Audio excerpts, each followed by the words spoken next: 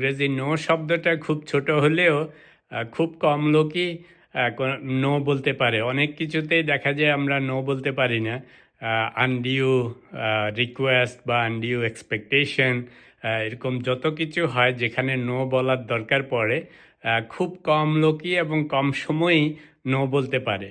তো যেহেতু আমরা নো বলতে পারি না, সেই নোকে বাঁচানোর জন্য নানা রকম মিথ্যার আশ্রয় নিতে হয়, এক্সকিউজ দিতে হয়, অথবা করে দিব বলি কিন্তু পরে না করে নানা রকম এক্সকিউজ দেয়।